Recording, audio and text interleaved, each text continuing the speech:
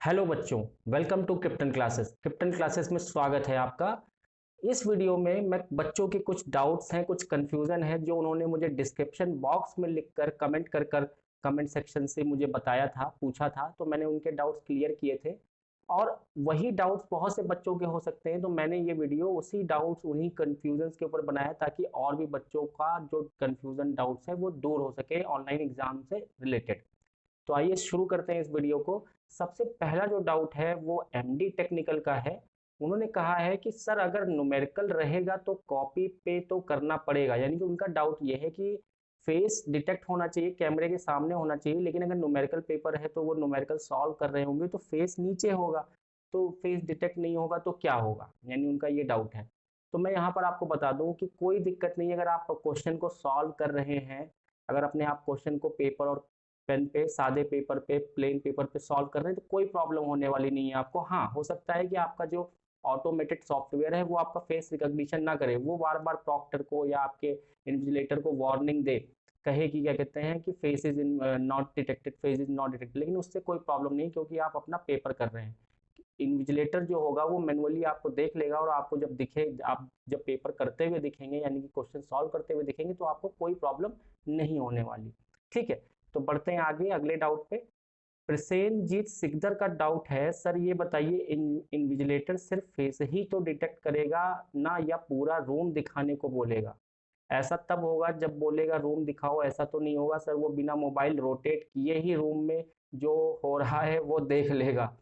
तो ऐसा नहीं है प्रसेनजीत सिकदर कि वो बिना आपके कैमरा रोटेट किए वो रूम में कोई कुछ नहीं देख सकता। आपसे बोला जाएगा, अगर किसी इन्विजिलेटर को आपके ऊपर डाउट होता है, शक होता है, तो आपसे बोला जाएगा कि अपना कैमरा चाहे लैपटॉप का कैमरा रोटेट करिए और दिखाइए रूम में क्या है, कहाँ कोई है या नहीं है, आपने कोई बुक या कोई और चीज तो नहीं कर रहे हैं।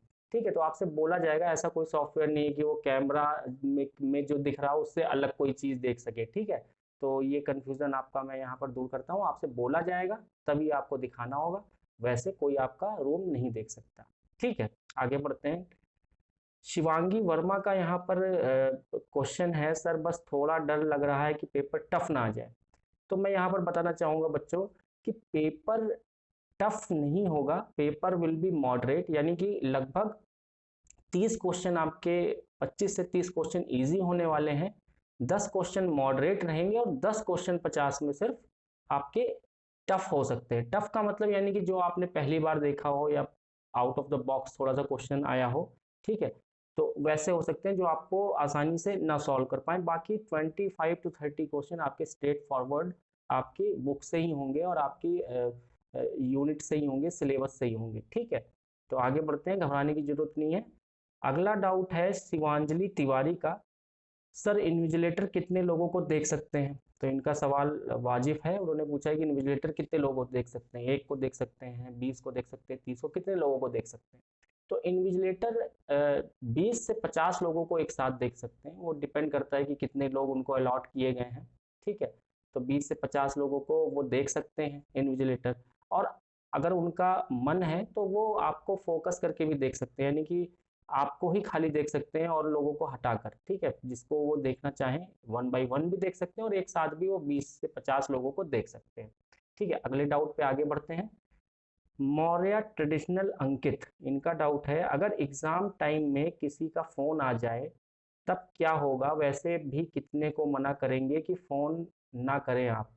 बिल्कुल सही बात है, फोन से एग्जाम देते वक्त आपके पास फ़ोन आ सकता है और फ़ोन जैसे ही आएगा फ़ोन ऐप एक्टिवेट हो जाएगा और फ़ोन ऐप जैसे ही एक्टिवेट होगा नेविगेशन काउंट हो जाएगा। बिल्कुल सही बात है, तो इनका डाउट बिल्कुल सही है। तो मैं आपसे रिकमेंड करूंगा कि आप ऐसे फ़ोन का इस्तेमाल करें, ऐसे सिम का इस्तेमाल करें जिस सिम पे कम से कम फ़ोन आते हों आपके। ठीक है, अगर ऐसा नहीं है तो अपने दोस्तों से, या वैसे भी आपके जो दोस्त होंगे वो भी एग्ज़ाम दे रहे होंगे तो वो भी कॉल नहीं करेंगे, घर वालों को पता ही है कि एग्ज़ाम है तो वो भी नहीं कॉल करेंगे। और बाई चांस किसी कंपनी वगैरह का फ़ोन आया था तो आप तुरंत उसको कट करिए। पहला तो आपका काम होगा कट करना, ताकि आपका इंटरनेट में कोई प्रॉब्लम ना आए, तो पहले फ़ोन कट कर दीजिए, उसके बाद कोशिश करें कि ना आए फ़ोन। ठीक है, इसीलिए आपसे मैंने एक वीडियो बनाया था, उसमें लैपटॉप को हमने ज़्यादा फोकस किया था कि लैपटॉप से एग्जाम देना ज़्यादा बेहतर होगा। ठीक है, क्योंकि फ़ोन में ये सब प्रॉब्लम हो सकती है, फ़ोन आ सकता है, नोटिफिकेशन, बहुत सारी दिक्कतें आ सकती हैं। लेकिन आपके लैपटॉप में ये सब प्रॉब्लम नहीं आएगी। ठीक है, ज़्यादा कुछ नहीं होगा, फ़ोन आएगा आप काट दीजिए, नेविगेशन काउंट होगा तो उससे कोई ज़्यादा फर्क नहीं पड़ता, एक बार नेविगेशन काउंट हो जाएगा तो हो जाएगा। और ऐसा भी नहीं कि 1.5 घंटे में कोई 50 बार कॉल करेगा, एक बार 2 बार कॉल करेगा, आप काट कट कर दीजिए फ़ोन को। ठीक है, कोई दिक्कत होने वाली नहीं है। आगे बढ़ते हैं।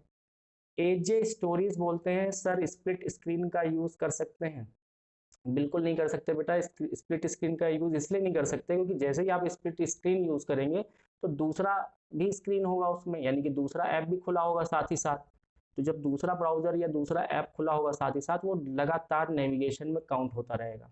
ठीक है, तो फिर वो भी वहाँ पर पता चल जाएगा अलर्ट के रूप में, तो वो भी आप स्प्लिट स्क्रीन भी इस्तेमाल नहीं कर सकते। आगे बढ़ते हैं। अमरीश कुमार पूछ रहे हैं सर मेरे रूम के में लाइट नहीं है। तो अमरीश लाइट लगवा लीजिए, अभी एग्ज़ाम एग्ज़ाम में अभी 8-10 दिन बाकी हैं, तो लाइट लगवा सकते हैं आप। और जिन बच्चों के यहाँ लाइट की सुविधा नहीं है, थोड़ा सा लाइटिंग की प्रॉपर सुविधा रखें, यानी कि खिड़की के सामने रहें। अगर लाइट नहीं है तो ऐसी जगह पर रहें जहाँ पर थोड़ा सा रोशनी हो, लाइट हो, खिड़की हो। ठीक है, ऐसा भी नहीं दिन में एग्ज़ाम होना है, ऐसा भी नहीं कि अंधेरे में एग्ज़ाम हो रहा है, रात में एग्ज़ाम हो रहा है कि लाइट की आवश्यकता है। तो लाइट नहीं भी है, बल्ब नहीं भी है, लाइट चली जाती है, तो भी आप कोशिश करें कि खिड़की के पास या कहीं ऐसी जगह जहाँ पर रोशनी आती हो, आपका फेस दिखता हो, बस काफ़ी है। ठीक है, लाइट की इतनी ज़्यादा आवश्यकता नहीं है, बस फेस दिखना चाहिए। ठीक है, आगे बढ़ते हैं। सौरभ सान्याल, मोबाइल से ऑनलाइन एग्ज़ाम देना सही होगा कि नहीं, या लैपटॉप से देना सही रहेगा? कौन सा सही रहेगा, मोबाइल या लैपटॉप? तो बिल्कुल सही सवाल है। इस सवाल का जवाब मैंने अपनी एक वीडियो में दिया हुआ है, लैपटॉप या मोबाइल किससे दें एग्ज़ाम। ठीक है, तो उसमें आपको डिटेल इन्फॉर्मेशन मिल जाएगी कि लैपटॉप से क्या फ़ायदे हैं और मोबाइल से क्या फ़ायदे हैं, और मोबाइल का क्या नुकसान है, लैपटॉप का क्या नुकसान है। दोनों ही अच्छी तरीके से टेक्निकली मैंने उस सवाल का जवाब आपके दे रखा है, तो आप सारे बच्चे जिनको ये डाउट है वो उस वीडियो को देख सकते हैं। ठीक है, आगे बढ़ते हैं। सकलेन मुश्ताक बोलते हैं भाई हम लोग एक रूम में 3 स्टूडेंट्स रहते हैं, तब कैसे होगा, प्लीज़ भाई इस में वीडियो बनाइएगा। भाई ये तो बहुत बड़ी समस्या है सकलेन मुश्ताक की, कि एक रूम है उसमें 3 लोग रहते हैं और तीनों स्टूडेंट हैं और तीनों का एग्ज़ाम एक साथ है, और इनका कहना है कि मैं कहीं जा भी नहीं सकते हम लोग। तो ये तो बहुत बड़ी समस्या है आपके साथ। आप बस यही कर सकते हैं कि अलग-अलग कोनों में, और एक दूसरे को ना दिखें आप लोग, यानी कि एक दूसरे के कैमरे में आप लोग ना दिखें, और अपना शांति से एग्ज़ाम बिना नकल मारे, बिना बातचीत किए आप अच्छे से एग्ज़ाम दे सकते हैं। ठीक है, ये एक रिस्क होगा, क्योंकि अगर आप नकल नहीं कर रहे, आप इधर-उधर कुछ ज़्यादा नहीं कर रहे, तो कोई बोलेगा भी नहीं आपसे रूम दिखाओ, ये करो, वो करो। आप अपना एग्ज़ाम करें, वो अपना एक कोने में एग्ज़ाम करेगा, दूसरा इंसान अपना एक कोने में एग्ज़ाम करेगा। तो इस तरीके से तीनों लोगों का एग्ज़ाम अच्छे से हो सकता है। और बाकी मैं आप कोशिश करिए कि अलग-अलग जगह जाकर एग्ज़ाम दें, कोई छत पे चला जाए, कोई रूम में आ जाए, कोई थोड़ा-सा किसी और के रूम में चला जाए थोड़ी देर के लिए। ऐसा कोई नहीं है जो एग्ज़ाम देने के लिए आपको थोड़ी देर के लिए जगह ना दे। 1-1.5 घंटे के लिए कोई भी इंसान, पड़ोसी, आस-पड़ोसी जगह दे सकते हैं कहीं पर भी। ठीक है, तो कोशिश करें अलग-अलग रूम में जाकर एग्ज़ाम दे दें, 1.5 घंटे की बात है। ठीक है बच्चों, आगे बढ़ते हैं। उत्कर्ष अग्रवाल कहते हैं सर मानसून सीजन है, अगर लाइट नहीं आ रही होगी तो क्या करेंगे हम? देखिए, यूनिवर्सिटी के हिसाब से लाइट आए या ना आए, आपका नेटवर्क आए ना आए, एग्ज़ाम तो होना है। ठीक है, उनका कहना है कि आप टावर जो है, टावर नेटवर्क टावर के ऊपर चढ़ जाइए अगर नेटवर्क नहीं आ रहा है। आप इलेक्ट्रिसिटी नहीं है तो जनरेटर लगा लीजिए, लेकिन एग्ज़ाम तो देना पड़ेगा। तो इसमें मैं कुछ नहीं कह सकता हूँ, ना मैं आपको कुछ सजेस्ट कर सकता हूँ। अब मानसून का सीज़न है, हाँ लाइट ज़्यादातर कटती है। कोशिश करें अपना मोबाइल चार्ज करके रखें, 1-2 लोगों का फ़ोन रखें घर में पास में, ताकि अगर आपका इंटरनेट में कोई समस्या आती है तो उनका वाईफ़ाई ले सकें आप। तो यही सारी बस टेक्निक्स हैं जो आप इस्तेमाल कर सकते हैं, इसमें कोई और कुछ कह नहीं सकता। आगे बढ़ते हैं। शिवानी अग्रवाल पूछ रही हैं सर मेरा लैपटॉप बहुत पुराना है, सो कैमरा चेक करने के लिए क्या करें, सही से फंक्शन करेगा या नहीं? देखिए, शिवानी की जो प्रॉब्लम थी, शिवानी ने मॉक टेस्ट दिया और उनको पता चला वहाँ से कि हाँ, लैपटॉप के कैमरे में थोड़ा सा प्रॉब्लम है, क्योंकि थोड़ा सा पुराना है, जिसकी वजह से थोड़ी सी इमेज इतनी हाई क्वालिटी नहीं आ रही है। तो मेरा यहाँ पर ये कहना है कि अगर इन्विजिलेटर को आपका फेस दिख रहा है, यानी कि हाँ थोड़ा बहुत लो क्वालिटी इमेज आ रही है, कोई बात नहीं, वैसे भी लो क्वालिटी इमेज आएगी। अब जब इंटरनेट आपका स्लो होता है तो बहुत से बच्चों की लो क्वालिटी आती है। आप अपने इंटरनेट को अच्छा रखें, सही रखें, और अगर थोड़ा बहुत पुराना लैपटॉप है, खराब इमेज आ रही है, अच्छी नहीं आ रही, हाँ चेहरा दिखना चाहिए कि आप चेहरे चेहरा दिख रहा है, सामने है स्क्रीन के, तो इन्विजिलेटर को कोई प्रॉब्लम नहीं होनी चाहिए, ठीक है। और अगर ऐसी समस्या है तो अगर आपको पहले से ही पता है कि हमारे लैपटॉप का जो कैमरा है उसकी इमेज अच्छी नहीं आ रही, तो पहले ही एग्जाम शुरू होते ही आप चैट बॉक्स के माध्यम से उनसे पूछ लें, इन्विजिलेटर से, कि एम आई विजिबल, तो वो बता देंगे आपको कि आप विजिबल हैं या नहीं, ठीक है। अगर नहीं है तो फिर आप दूसरी सुविधा का इस्तेमाल कर सकते हैं, अगर हैं तो फिर कोई बात ही नहीं, कोई दिक्कत ही नहीं है, ठीक है। तो एग्ज़ाम के शुरुआत होते ही आप ये इन्विजिलेटर से पूछ सकते हैं, ठीक है बच्चों। जिनको जिनको ये समस्या है, जिनकी इमेज कैमरा नहीं सही से फंक्शन कर रहा है, वो इन्विजिलेटर से पहले ही पूछ लें, ठीक है। आगे बढ़ते हैं। स्वास्तिक पांडे कह रहे हैं, सर लैपटॉप से एग्ज़ाम देना है तो मोबाइल के हॉटस्पॉट को ऑन करके एग्ज़ाम दे सकते हैं ना, कोई प्रॉब्लम तो नहीं होगी इन केस अगर वाईफाई ना हो तो? बिल्कुल बिल्कुल बेटा, अगर आपके पास वाईफाई नहीं है तो आप अपने फ़ोन के हॉटस्पॉट को ऑन करके वाईफाई लेंगे, ठीक है। और कोई प्रॉब्लम नहीं है इसमें, किसी को कोई प्रॉब्लम नहीं है, और ऐसे ही करना है भाई। अगर एक फ़ोन के हॉटस्पॉट से अच्छा इंटरनेट नहीं चल रहा तो दूसरे फ़ोन के हॉटस्पॉट से इंटरनेट चलाइए, ठीक है। उसमें यूनिवर्सिटी को कोई प्रॉब्लम नहीं है, ठीक है। तो आप चला सकते हैं, कोई दिक्कत नहीं है। अनामिका सोनकर का सवाल था, सर अगर लॉग आउट हो गया तो जो आंसर हमने टिक किया होगा वो सारे सेव रहेंगे या सीक्वेंस जैसे रिसेंट हो जाएगा? देखिए बच्चों, जो भी आपने आंसर टिक लगाए हैं और किसी कारणवश आपका इंटरनेट एक बार कट हो जाता है, ठीक है, और फिर से आप लॉगिन करते हैं, तो जितने भी क्वेश्चन आपने कर चुके हैं, जिसपे टिक लगा चुके हैं, आंसर कर चुके हैं, वो सारे सेव्ड रहेंगे। हाँ, लेकिन सीक्वेंस बदल जाएगा, यानी कि जो सारे क्वेश्चन थे 50 क्वेश्चन जो आपने एक सीक्वेंस से करते हुए आ रहे थे, वो उनका सारा सीक्वेंस बिगड़ जाएगा।